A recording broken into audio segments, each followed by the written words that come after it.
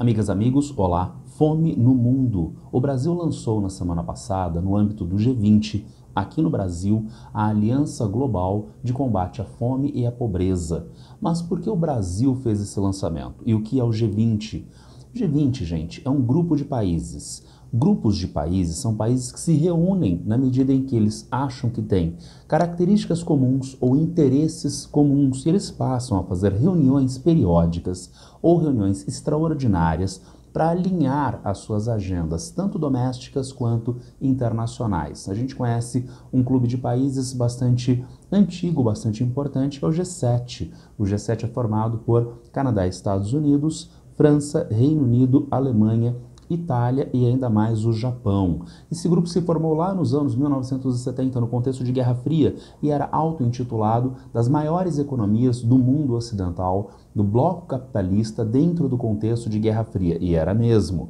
Entretanto, a partir do século XXI, nós temos uma tendência de muito forte crescimento econômico e político de países do chamado Sul Global. Isso ficou mais claro a partir da crise econômica mundial de 2008, havendo crescimento de importância, dando crescimento de importância a um outro grupo de países chamado G20, ou G20 financeiro, mais usualmente chamado apenas de G20. E quem faz parte do G20?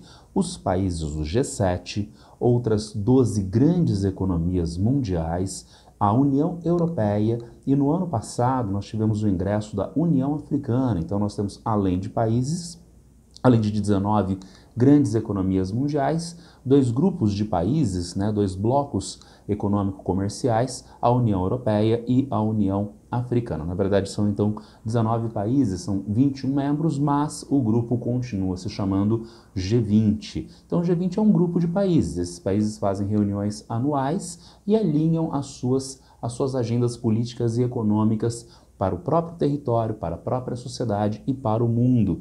E o G20 tem, como todos os grupos têm, uma presidência rotativa. No ano passado, o Brasil assumiu a presidência rotativa do G20 pela primeira vez. E o Brasil está propondo nessa presidência rotativa, entre outras coisas, o combate à fome e à miséria em escala mundial, à fome e à pobreza em escala mundial. O G20 não tem decisões vinculativas, vinculantes, então o G20 não se impõe sobre os países participantes. Entretanto, é uma instância muito importante e ele pode propor então estas agendas internacionais, como a que o Brasil está colocando ao longo deste ano. Houve então o pré-lançamento desta proposta brasileira de Aliança Global contra a Fome e a Pobreza na semana passada no Rio de Janeiro. E por que pré-lançamento?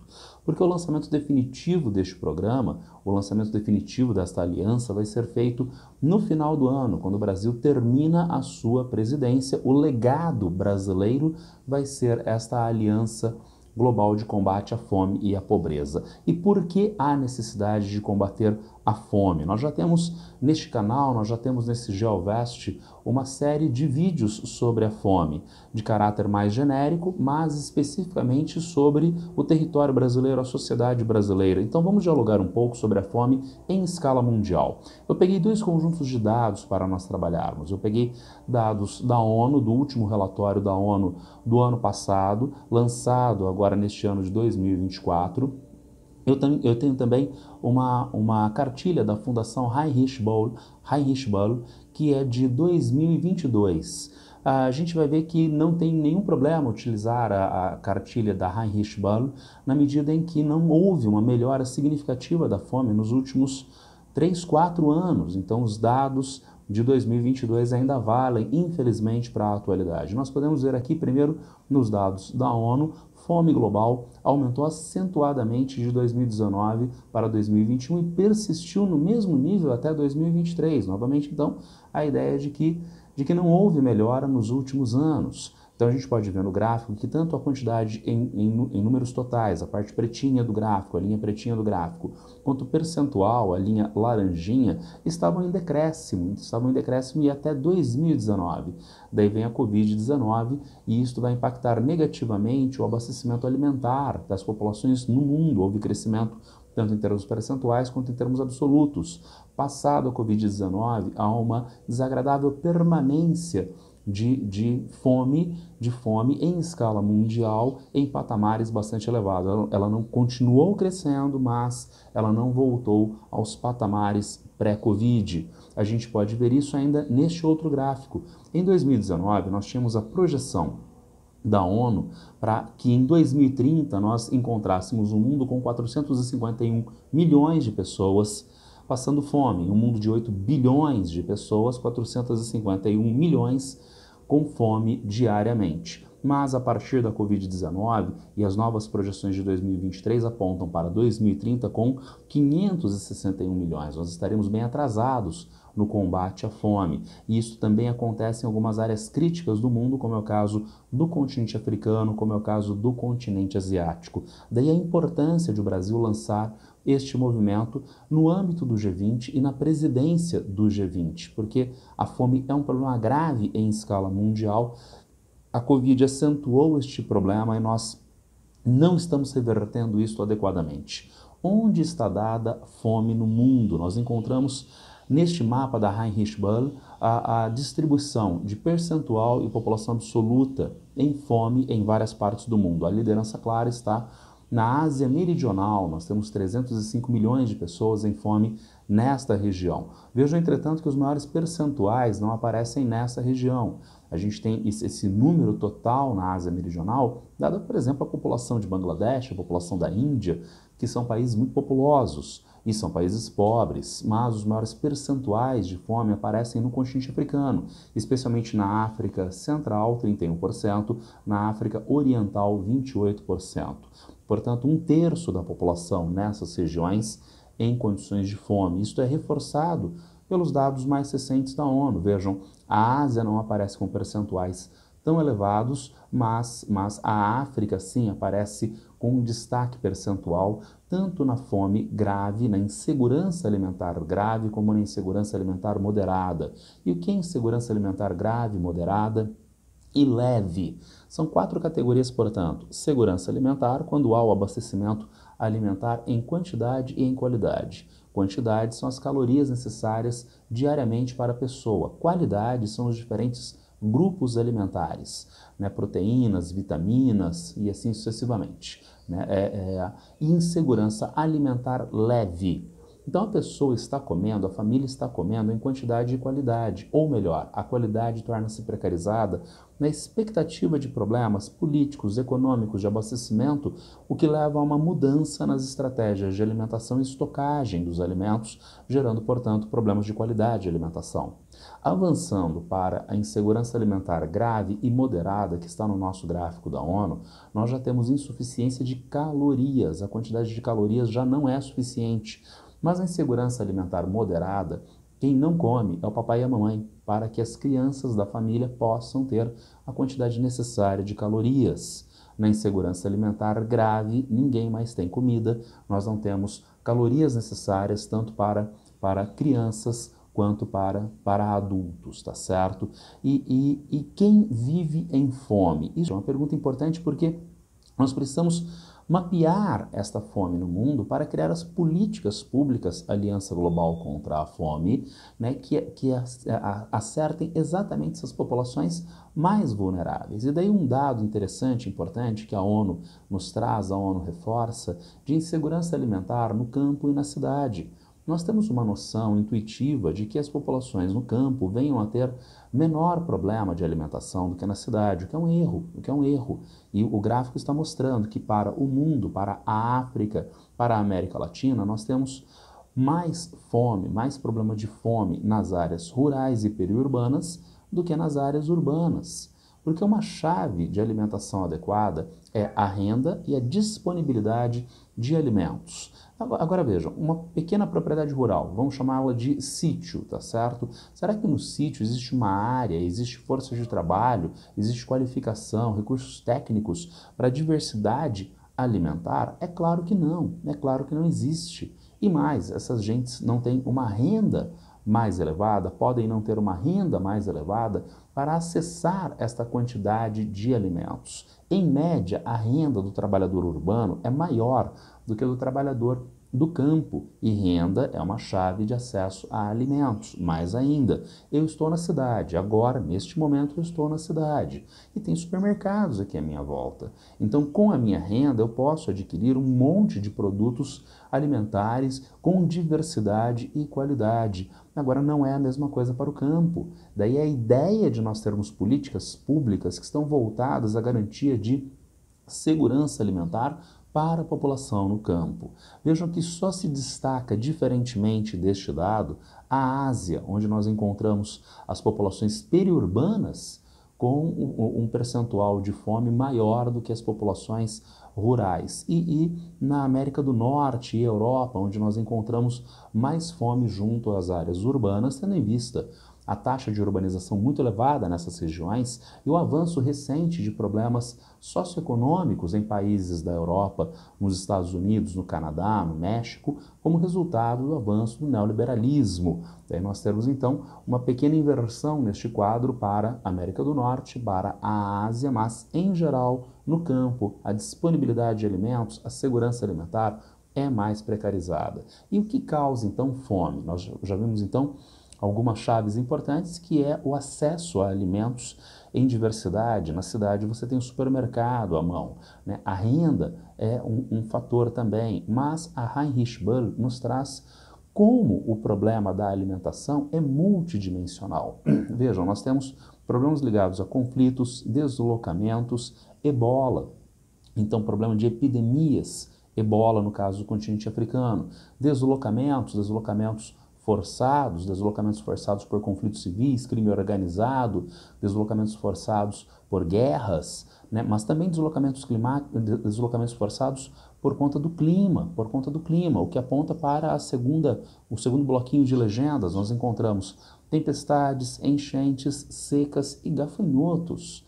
Tudo isso dentro do contexto de mudanças climáticas, mudanças dos ecossistemas, que geram ondas de pragas, gafanhotos, que recentemente aqui na América do Sul e mais usualmente no continente africano, tem varrido áreas de produção rural, além de problemas climáticos, né? Secas, enchentes e tempestades. Encontramos ainda crises econômicas e instabilidade política.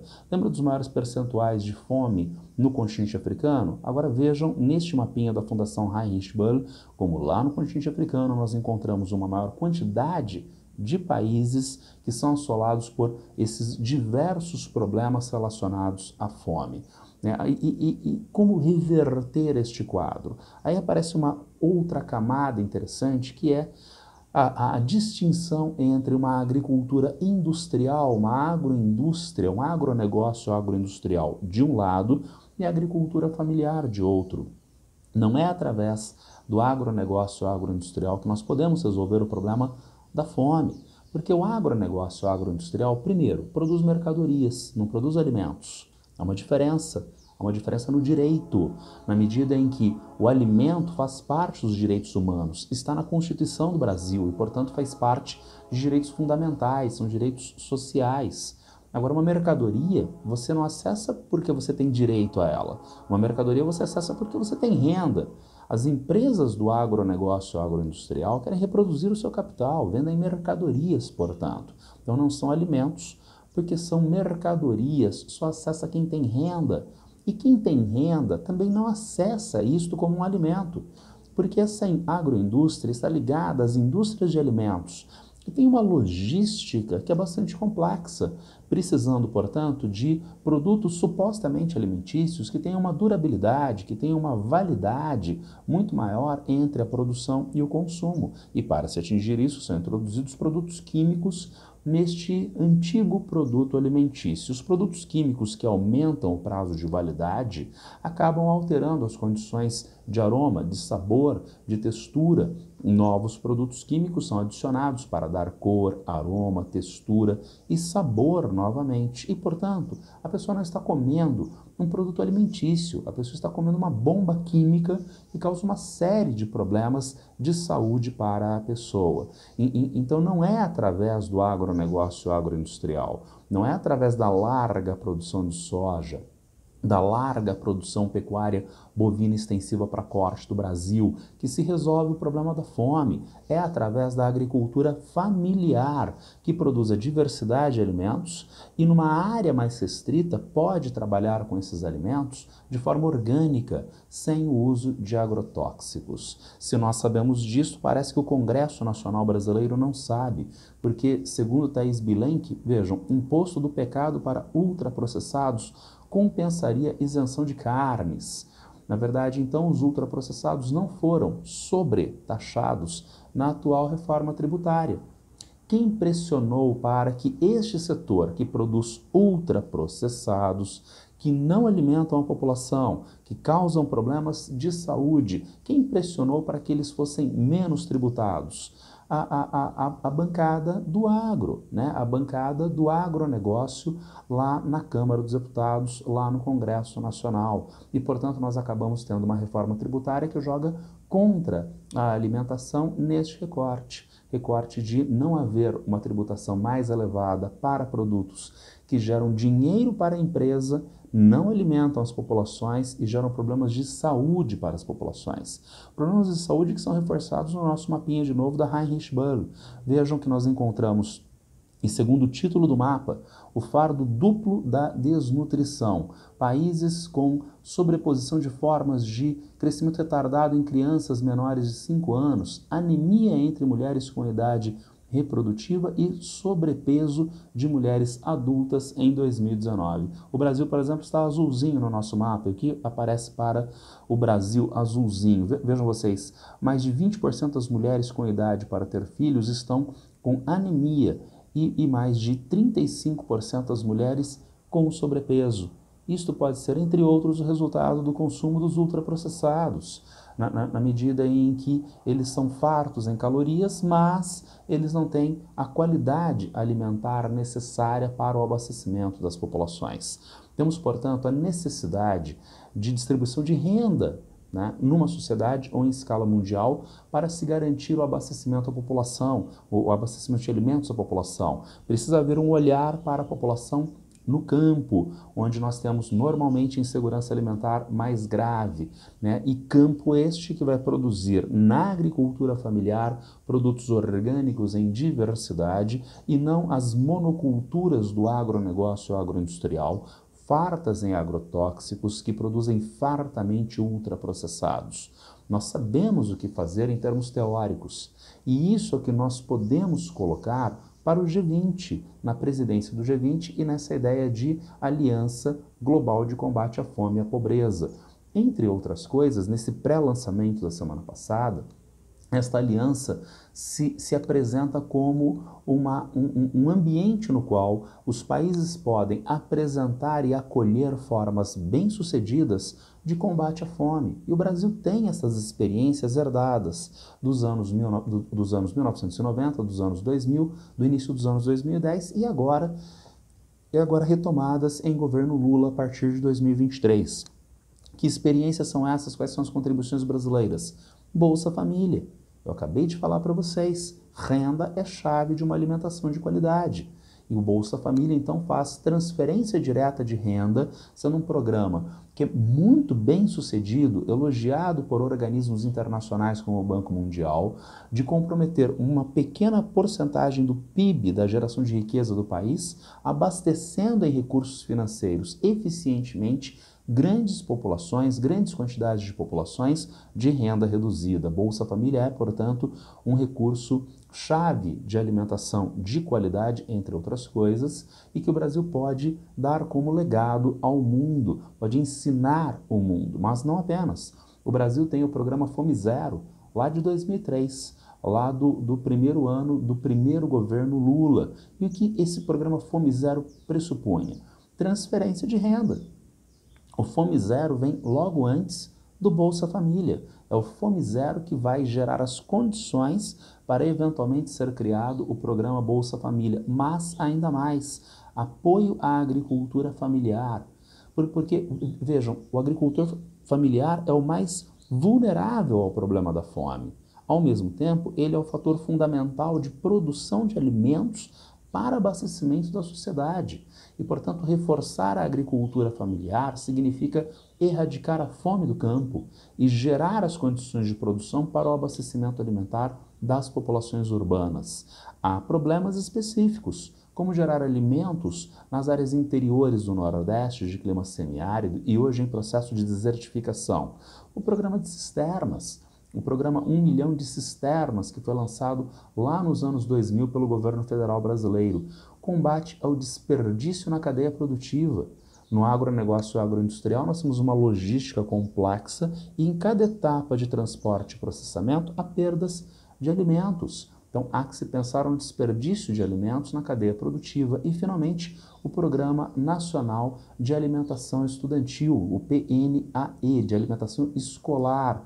Ele vai ser criado em 2009 e ele também vem como herança do Fome Zero de 2003. E o que pressupõe esse Programa Nacional de Alimentação Escolar, o PNAE? Repasse automático de verbas do Fundo Nacional de Desenvolvimento da Educação aos estados e municípios. O fundo é federal, mas há um repasse dessas verbas para estados e municípios que precisam comprometer obrigatoriamente pelo menos 1/3 desses recursos na compra de produtos da agricultura familiar regional. Agora vejam, agricultura familiar regional. A gente tem o chamado circuito curto de produção e consumo de alimentos, territorialmente curto. É o agricultor familiar relativamente próximo que está produzindo e comercializando na região.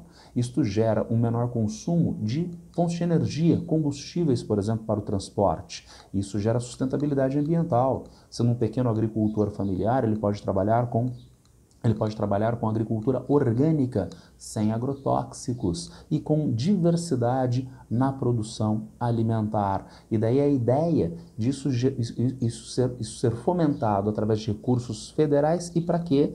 Para alimentação em creches, para alimentação em escolas do ensino básico, ensino fundamental e ensino médio. A prefeitura, o governo estadual, é que tem essa responsabilidade imediata. Ele terá dinheiro para isso? Sim, através desse repasse de verbas federais do Fundo Nacional de Desenvolvimento da Educação, tá certo? Então são algumas experiências, algumas entre outras, que o Brasil implementou lá nos anos 2000, no início dos anos 2010, foram bem-sucedidas e levaram o Brasil a sair do mapa da fome da ONU em 2014. Agora nós infelizmente voltamos, né? Depois do golpe contra Dilma Rousseff, depois do desastre do governo Temer, depois do apocalíptico governo Bolsonaro, nós voltamos ao mapa da fome. Mas nós temos essa expertise e nós podemos legar isto ao mundo através desta aliança global contra a fome, contra a pobreza.